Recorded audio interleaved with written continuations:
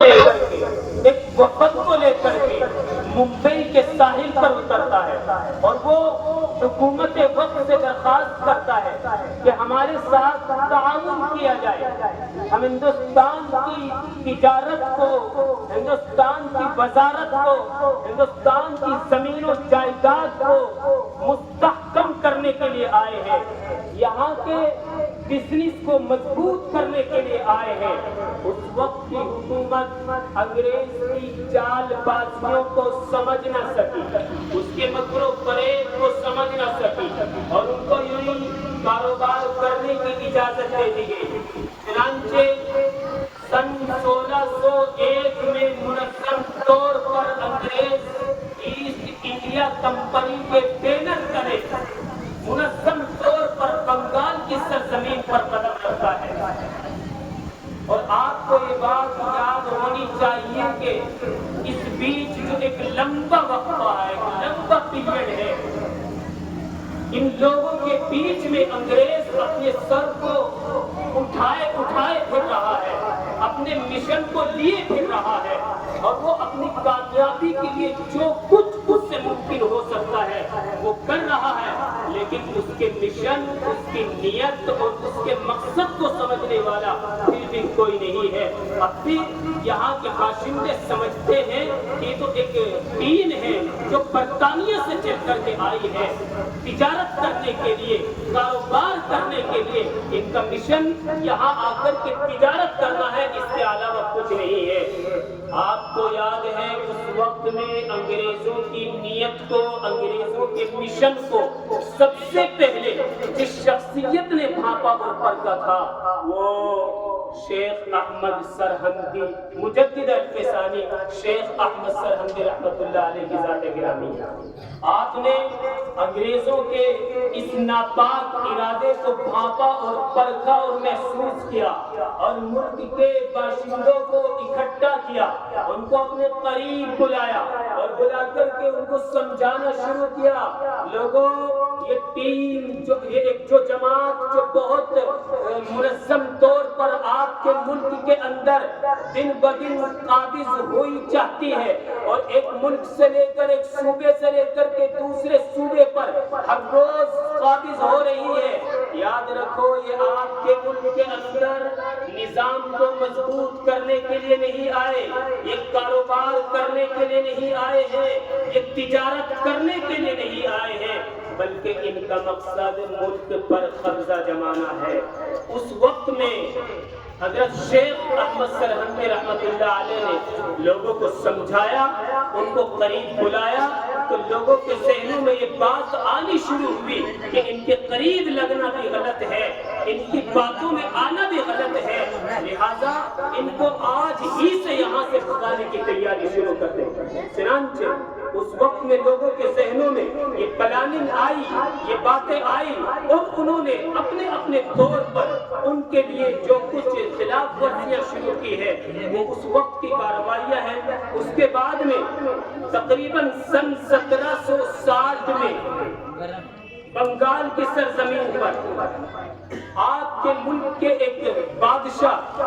جن پر مغلیہ سلطنت کا تقریباً اختتام ہوتا ہے، اورنگزیب رحمت اللہ علیہ سن 1760 میں اس دنیا سے تشریف لے جاتے ہیں اور پھر انگریزوں کو مزید موقع مل جاتا ہے اپنے پاؤں کو پھیلانے کا اور حکومتی نظام میں اور حکومتی کام کاج میں دخل اندازی کرنے کا۔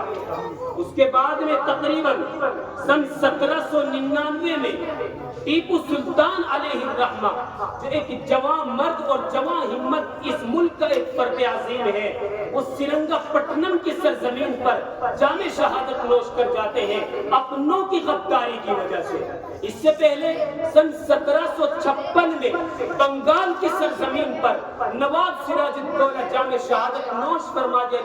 فرما جاتے ہیں، وہ بھی اپنوں ہی کی غداری کی وجہ سے، میر جعفر جیسے منافقوں کی غداری کی وجہ سے، اور ٹیپو سلطان علیہ الرحمہ جام شہادت نوش کر جاتے ہیں میر صادق جیسے منافقوں کی غداری کی وجہ سے۔ یاد رکھنا ہم نے ہمیشہ اپنوں سے شکست پائی ہے، غیروں نے ہمیں شکست نہیں دی ہے۔ ہمیشہ ہم کو شکست دینے میں جو کردار رہا ہے وہ ہمارے اپنے لوگوں کا رہا ہے، جو منافقوں کی شکل میں ہماری صف میں آ کر کے وہ کہتے ہیں جہاد کی مثال ہے گھر کا بھیدی لنکا ڈالے تھے، اس کا کردار ان لوگوں نے ادا کیا ہے۔ اور یہ لوگ ہماری صفوں میں داخل ہو کر کے ہمارے اپنے لوگوں کے جو اندرونی جو خفیہ طور پر جو مشن تھے، ان کے جو ٹارگیٹ تھے، ان کے جو حدود تھے، وہ غیروں تک پہنچاتے رہے اور غیروں کو راستے ملتے رہے اور وہ اپنے مشن میں قدرے کامیاب ہوتے چلے گئے۔ ٹیپو سلطان علیہ الرحمہ اس سرزمین کی عظیم المرتبہ شخصیت تھی۔ اللہ تعالیٰ نے اس بندے کے چہرے میں وہ رعب عطا کیا تھا، وہ دبدبہ دیا تھا کہ انگریز یہ کہتا تھا جب تک یہ روڑا ہمارے راستے میں رہے گا جب تک کہ ہم اس ملک پر قابض نہیں ہو سکتے۔ اور رعب ایسا تھا جب میر صادق جیسے غداروں کی وجہ سے ٹیپو سلطان کو پکڑ لیا گیا اور ان کو مار دیا گیا اور وہ جام شہادت نوش کر گئے تو انگریزوں کو یقین نہیں آ رہا تھا کہ ٹیپو سلطان علیہ السلام جام شہادت نوش کر چکے ہیں۔ رعب ایسا تھا کہ ہر ایک کا پتا پانی ہو رہا تھا، دور سے ڈلے مار مار کر کے ڈلے پھینک کر کے دیکھا گیا کہ کہیں کچھ رمق تو باقی نہیں ہے، جبکہ وہ بے حس و بے حرکت پڑے ہوئے ہیں۔ اللہ تعالیٰ نے یہ رعب ٹیپو سلطان علیہ الرحمہ کے چہرے میں ڈالا تھا کہ انگریز کا پتا پانی ہو جاتا تھا۔ بارے کے اس کے بعد میں تقریباً سن 1803 میں انگریز لال قلعے پر یونین جیک لہرا دیتا ہے اور یہ اعلان کر دیتا ہے کہ آج سے خلق خدا کی ملک بادشاہ سلامت کا اور حکم بہادر کمپنی کا۔ بہادر کمپنی کا مطلب ہے انگریزوں کا حکم چلے گا۔ اس وقت شاہ عبدالعزیز علیہ الرحمہ جو ایک انتہائی عظیم باپ کے عظیم بیٹے ہیں، شاہ ولی اللہ محدث دہلوی علیہ الرحمہ کے بیٹے ہیں۔ اولا شاہ ولی اللہ محدث دہلوی رحمۃ اللہ علیہ نے ملک کے باشندوں کو اپنے مشن سے آگاہ کرایا، لیکن جب وہ بھی اس دنیا سے تشریف لے گئے تو پھر یہ مشن اور یہ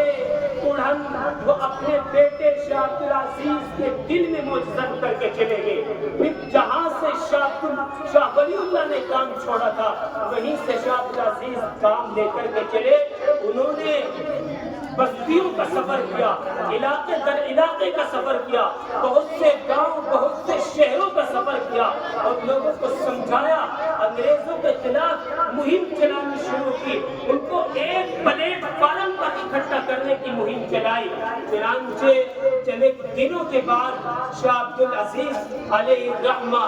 جب دیکھتے ہیں کہ ملک کے اندر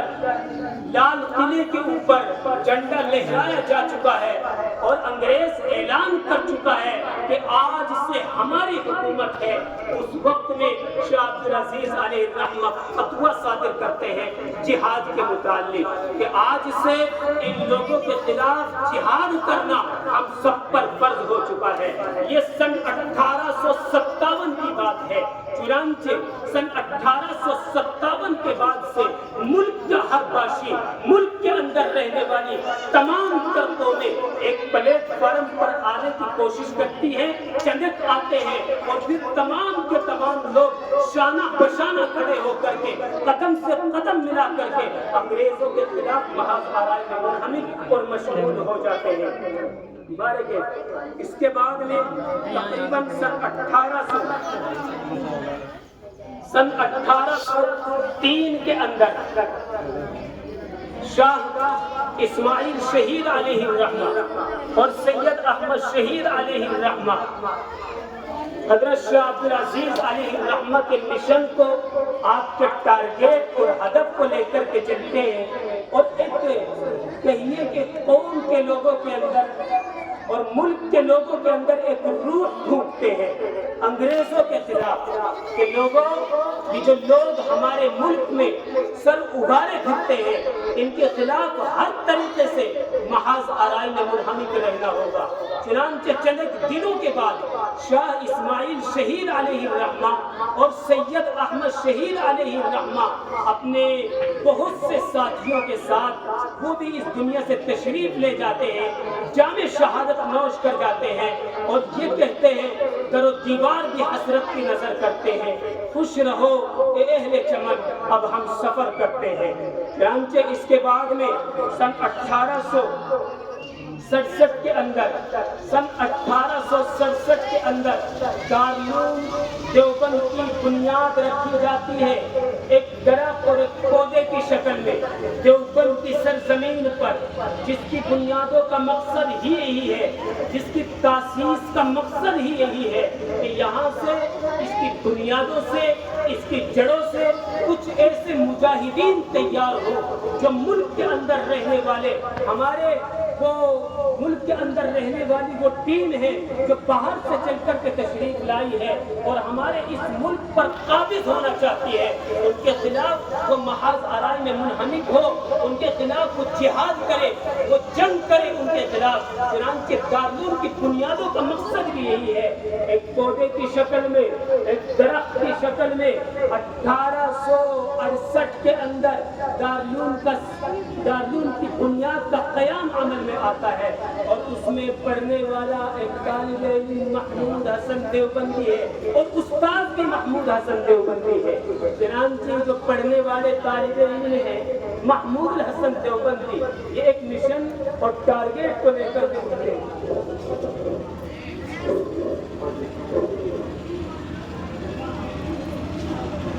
اور ملک کے اندر دارالعلوم دیوبند کی سرزمین پر رہتے ہوئے بہت سے افراد کو تیار کرتے ہیں، افراد سازی کا کام کرتے ہیں۔ جب ایک اچھی خاصی ٹیم ہو جاتی ہے پھر وہ بھی محاذ آرائی میں پورے طور پر منہمک ہوتے ہیں۔ اس کے بعد تقریباً سن 1868 میں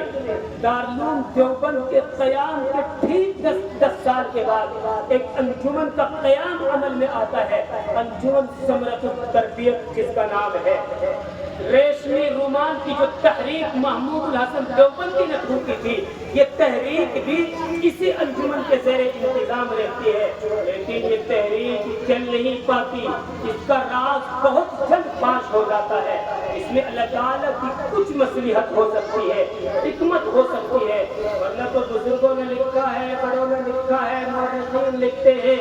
اگر یہ تحریک کامیاب ہو جاتی تو ملک بہت پہلے آزاد ہو چکا ہوتا۔ چنانچہ اس تحریک کا راز فاش ہو جاتا ہے اور تحریک کے راز فاش ہو جانے کی وجہ سے سن 1915 میں محمود الحسن دیوبندی کو مالٹا کی جیل میں ڈال دیا جاتا ہے قید بامشقت، اور آپ کے ساتھ میں حضرت مولانا حسین احمد مدنی رحمت اللہ علیہ، حضرت مولانا عزیر کل صاحب رحمت اللہ علیہ وغیرہ بھی آپ کے ساتھ میں رہتے ہیں، مالٹا کی جیل کاٹتے ہیں۔ جتنی اذیتیں مالٹا کی جیل میں مسلمانوں کو، علماء کرام کو دی گئی ہے اتنی اذیتیں کہیں نہیں دی گئی ہے۔ اس کے بعد میں یہ لوگ پھر بھی اس راز کے فاش ہو جانے کے بعد بھی خاموش نہیں بیٹھتے ہیں بلکہ اپنے مشن کو لے کر کے باقاعدہ ایک ٹارگیٹ کے ساتھ چلتے رہتے ہیں۔ سن 1919 میں جمعیت علماء ہند کا حضور عمل میں آتا ہے، سن 1919 میں۔ اس کے بعد میں سن 1942 میں نمک آندولن کے نام سے ایک تحریک چھیڑی جاتی ہے اور پھر اس کے چند سالوں کے بعد میں تقریباً کہیے کہ 15 اگست سن 1947 میں آزادی کا سورج طلوع ہوتا ہے۔ آج یہی وہی دن ہے کہ جس دن کا خواب ہمارے بڑوں نے دیکھا ہے، ان کے کیے ہوئے کی یہ محنت ہے، یہ ثمرہ ہے۔